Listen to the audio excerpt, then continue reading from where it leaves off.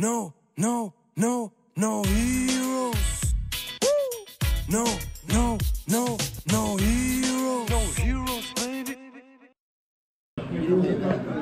Hello, we are back with another deck profile, this time with the one and only Hivoye, and he was playing Rebecca, 7-3. Tell us a bit about the deck. Yeah, so first I guess the obvious question, why Rebecca? So her biggest problem in every format was that there was a deck that bottom decks your stuff, and she's not really viable when that exists because you rely so much on Kyros or Sabo to, keep your board alive. And first it was Sakazuki, then it was Red Purple Law, and with those two gone, I thought, okay, it might be a really good deck to surprise people with. There's also the element where you kind of need to know how to play against the deck because of the restriction on the leader ability of having to have 6 or less cards in hand to activate it. So you can kind of disable the leader ability to play it right sometimes, like by not attacking or attacking for a really high amount. So I figure like people don't know that, they probably forgot what cards do, and she's actually really good into a lot of decks in this meta. Like she's insanely good into Black Hill Luffy, into Nami. Like you legit cannot lose into Nami. It's 100% win rate. She's good into Bonnie, good into NL.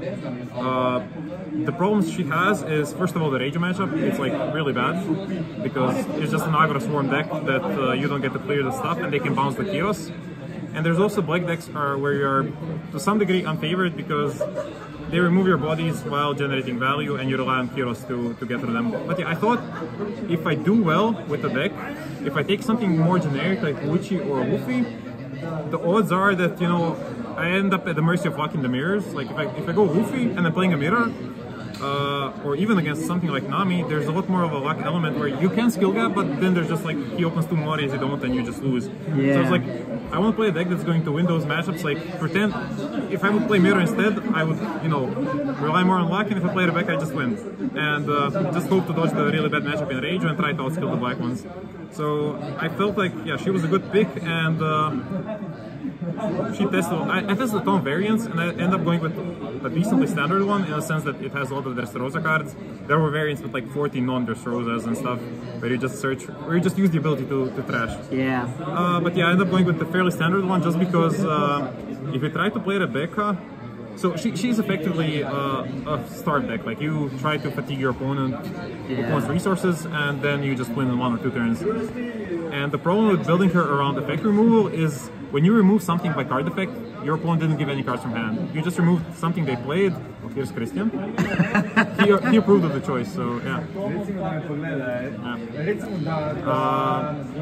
You don't take cards from their hand, and that makes it more difficult to actually execute the strategy, because if you remove stuff as it comes down, it's not going to be rested, you cannot attack into it, it's just harder. So I figured a more standard approach would work with the leader, so yeah, let me just go through the deck real quick. Yep. So there's 4 1-cost Rebecca's, the Searcher, she's like spam them, right? But for the Dressrosa cards, she cannot add the Blocker Rebecca, but yeah, leader can, so... Oh yeah, the leader, when you have 6 or less cards in hand, you tap 1 bomb, you flip 2 cards, so like a mini Spandam, and you add 1 Dressrosa, trash the other. Yeah. And yeah, abusing that, and she cannot attack, but she's the blue plus black, which is the best color combo in the game. That was part of it, of course. Then you have the Monopoly and bottom deck effects in the format. Yeah. So yeah, the 4 Searchers, and then some cheap 2Ks. So 4 of the Toy Soldiers, because he's the Dressrosa card, and 1 Gyatz. Yeah. Toy Soldier, you know what he does, just -3 or something, and this lets you attack, lets your Dressrosa character attack interactive characters. And yeah, you just use this as an additional way to starve opponent's resources. There's some cute plays with this. I won't go into too much detail, but basically you can revive him with Moria, and worst case he's a 2K, searchable 2K. One of Hina, just, I'll get to that later actually, and then the remaining 2K is just Bartolomeo's because he's the Dressrosa 2K. There's only 9 2Ks in the deck, they're searchable, you go through your deck at a fast pace, it's fine. Then for Kyros, he KOs a 1-cost when played and trashes 1 card from top of the deck. So he's like a removal, but the most important part is he can protect himself by tapping the leader or the stage. And he's like the most important card you have against black decks because they struggle to remove him. The only way is effectively through 6-cost Brook. Yeah. Or maybe the 5-cost Luffy, the zombie Luffy, but that really doesn't happen because you always have the out to the 5-cost Luffy. And then of course one of the best black cards ever printed is the Dressrosa card, so you get to search it with the leader. Yeah. Once again, the small Rebecca cannot add her, but yeah, just having Rebecca searchable from deck is really strong. And then the one of Hina is here to facilitate the Rebecca here and there, just as a way to put up a blocker and get cost reduction in one move, as you did in Sakazuki. It's just so strong. I got this idea. I tested with a lot more Hinas in the beginning, but then I saw Captain Jack and some Japanese player, they only played one Hina. I was like, yeah, that's probably enough. I tested builds without Hina as well, but it felt like it was missing, because without Hina, the only way to reduce costs on the 4-cost slot was Olympus. He reduces something by 4 cost, but just activate main, doesn't even rest himself. Minus 4 cost on something, you KO one of your Dressrosa characters and trash 2 from top of deck. So he's really good for turboing through the deck and yeah, just consistent source of cost reduction. Like, you play him and you don't attack with him unless you're putting down pressure and your opponent needs to deal with him or they get screwed. Now, one of the things that I think is really strong in Rebecca and generally underestimated is pudding. Because Rebecca is a card that wants to reduce opponent's hand size, and usually because your leader does not attack, you don't do it through pressure. You cannot like threaten to kill them. If you attack their life, they will take it and they will have bigger hand size. And then pudding solves that problem because they shuffle their hand back, they draw back up to 5, and then you can start dealing with their board. So I played 3 copies because I felt she was pretty important to the strategy against a lot of matchups. Like, you can win against Bonnie, Luffy, and L all the same without pudding, but she makes the job like so much faster, so much easier. You can beat them in like, instead of playing a half an hour round, you just beat them in like 15 minutes because you resolve pudding. Of course, she's not searchable, but she's one of those cards that when your leader ability or the small Rebecca shows her and it goes to trash, you don't really mind because she's a 4-cost and you know that means Moria. So yeah, I felt like your goal is to reduce their hand size. Pudding is the best card for doing that in any meta, so yeah, she came in at 3 copies. 3 of the Sabos. Once again, one of the best black cards is a Dressrosa card, so you just get to search it for free. But why do you only play 3? Wouldn't you play 4 of it? It's one of the best cards. So, I mean, you usually want to do something that pressures the opponent, and Sabo just filters and sets up plays, so he's not that good by himself. I was debating between 2 and 3, but he's quite instrumental in late game scenarios, and there's quite a lot of cool things you can do with the leader that he helps facilitate, because basically this guy is what makes the deck very unique in how it plays in One Piece. When the games go longer, you can use him to set up like the perfect deck, because you go through your deck so fast you can trash the entire deck in some matchups and some matches, and then you use this to set up the bottom of your deck, like the 7 cards you want to go through on the next run through the deck. And that's very unlike other One Piece strategies, because in Red, Green, Lore, something you can play so many searches that you know what you're going to go through, right? You just see the deck and you remember, and then you play around it. But with this, you can set up the exact 7 cards you want in order on the bottom of the deck, and that actually comes up surprisingly often with this deck. And you can use Sabo and Orlambus and Kiros to just keep turboing through the deck, and yeah, set up perfectly for a late game finish. And he's also like your main finisher because, yeah, for those who don't know, he can attack active characters, but also he can attack and then bottom those 7 cards, restand himself, attack again. But yeah, he's another way you use to like steal cards from opponent's hand, deal with board, because he just attacks into active. And then the best black card, which I don't know why it's not banned, but Moria is just too good to not run 4 copies. He's very important in Black Mirrors. Yeah, I don't feel there's much to say. I did test a lot of builds with other big units like Tenkos Kuzan, even Aramaki and Isho, but it turns out these cards cost too much and they take up like your entire turn. They need to be really impactful to do that. And then the problem that sometimes comes up with Moria is when you play him, dealing with board on the same turn is challenging. There's no Leo in the deck, the 1 cost that pops a 1 cost, because I think he's, for a full card investment, he's too low value for destroying a 1 cost, and you can also not combine him with like Rebecca Hina, because if you bring up Rebecca plus Leo, even if you choose to resolve Rebecca first and bring out Hina, Leo resolves before Hina, so it's like very inefficient. So the ways I found to combine Moria with removal was playing 1 Ice Age, 2 Hounds. It was 3 Hounds initially, but I was like, I want some variety probably, because you can Ice Age Moria, Rebecca, Kiros, or you can just Ice Age for Moria Hina plus Toy Soldier, or Moria Orlambus Toy Soldier, reduce a 9 cost to 2 and Hound Blaze it. It's mostly important for the matchups that bring out a lot of high cost units like Enel, Bonnie, and so on. But yeah, I just want to have some answer to combine with Moria. Maybe there should be more Ice Ages in the deck. Like, this is probably a card I undertested. This just felt good in general because this is the way you could use it sometimes in Sakazuki. You can also use it in Rebecca, where if they have an active character and rested character, you like reduce the active one, bottom it, and then attack into the rested character, and you're just depleting their resources real quick. And then the big finisher, 2 King Kong Gun. This gives 3 cost plus 6k, and then if you have 15 or more cards in trash, double attack. So combined with this, you can take out 4 lives in 2 attacks. It's actually very important for some matchups.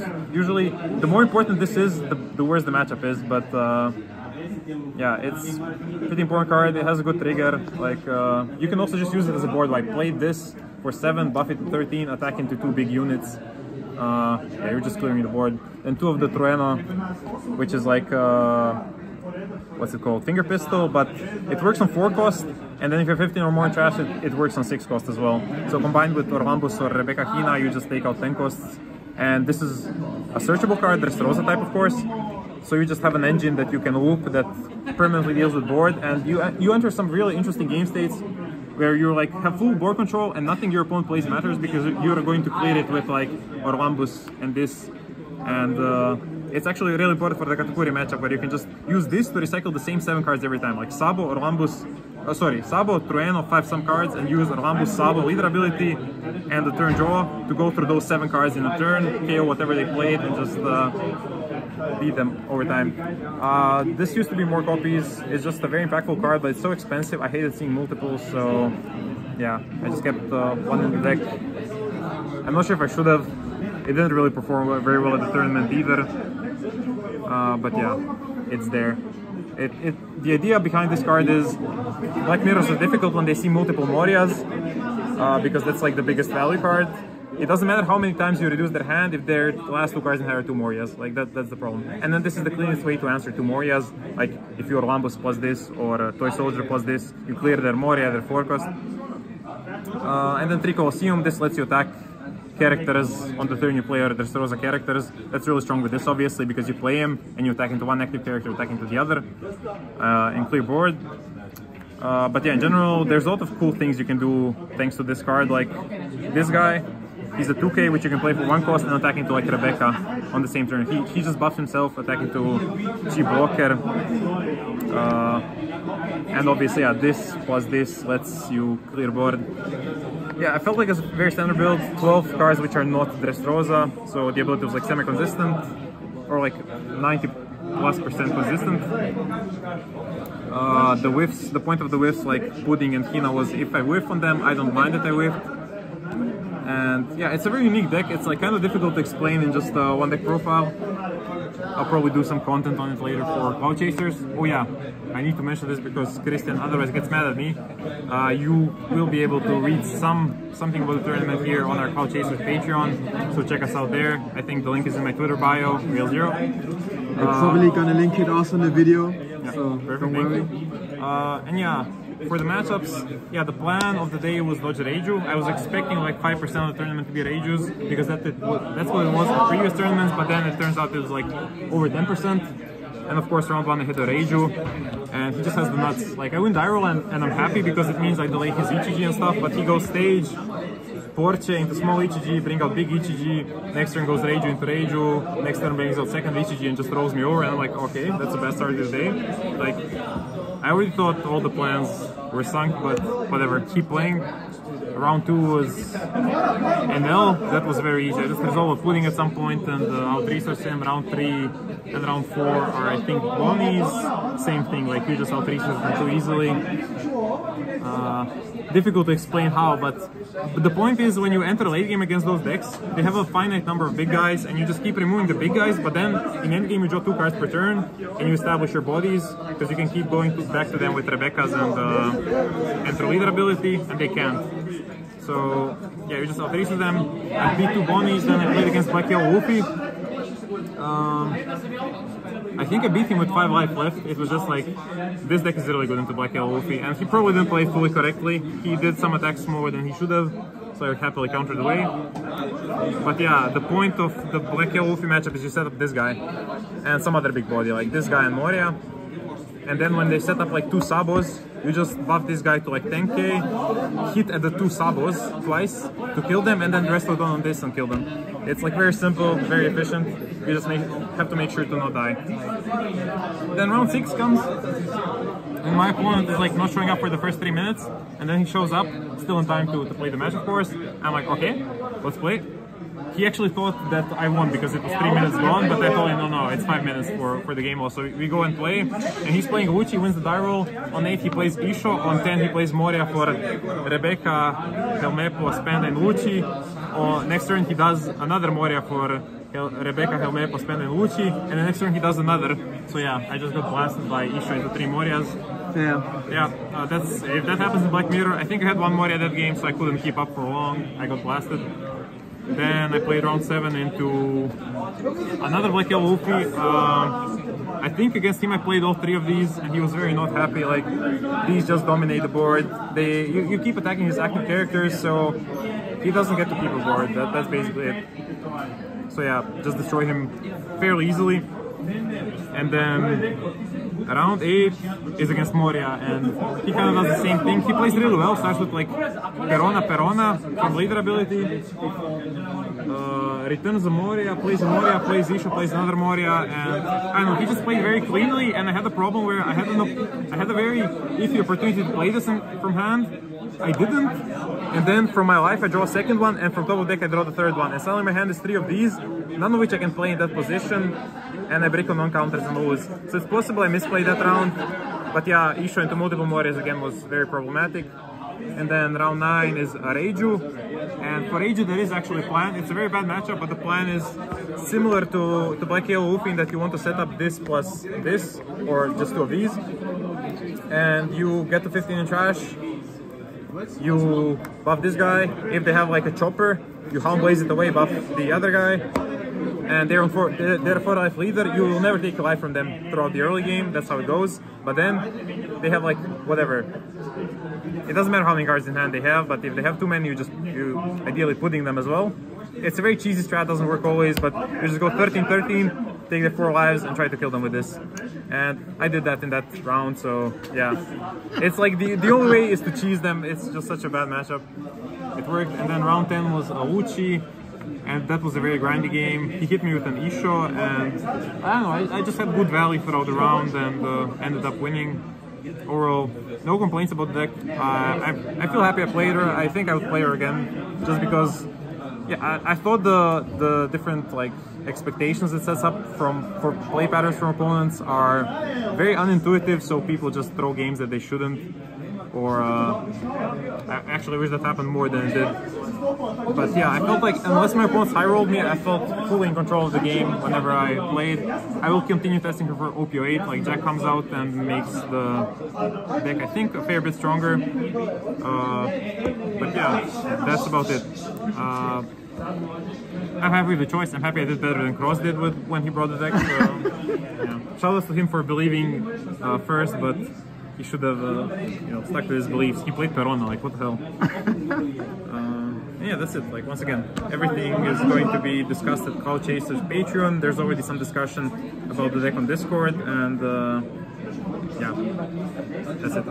I'll be honest, I never had a video been like done by itself like this one. I appreciate it quite a lot. You explained everything. I didn't even need to ask a question. So if you have any shout outs, I know that. Oh yeah. Where is he? So let me just pan to the background noise over here with the entire Croatia crew over here, especially this guy. Christian, say hi to the camera. So obviously, massive congratulations to Juraj. He got second place at the European Finals in here in Liverpool. Yeah, so that is that guy. You can also wave. Oh my lord, this guy. I think Croatians just performed really well with this Liverpool Finals. Obviously, I wish I did a bit better with Rebecca as well, but pretty proud of how my compatriots did. Like, Oluka got 33rd place, very unfortunately. and he only picked up the game like 1 month ago. I taught him like how to play Nami. He practiced a lot, and Marco got top 16, I believe. So overall, great performance for my friends, and this is Marco. And yeah, I'll hopefully play some other finals. I'll see if I can get a ticket, because as you know, I didn't get this one, the ticket for this initially. I got in like 3rd wave, I think, but hopefully I'll get to Milan at least, and then Utrecht in December. Yeah, we hope so too. So thank you for your time. I know it's a long day for everybody. Hopefully people have understanding for the background noise. If they want to have more info, they can follow you on Cloud Chasers. I hopefully have it linked in the description or in the comments, whatever comes first. And any last words? I can't think of any, yeah. Alright, Thanks thanks a lot, and see you next time. Thanks for the profile. Bye.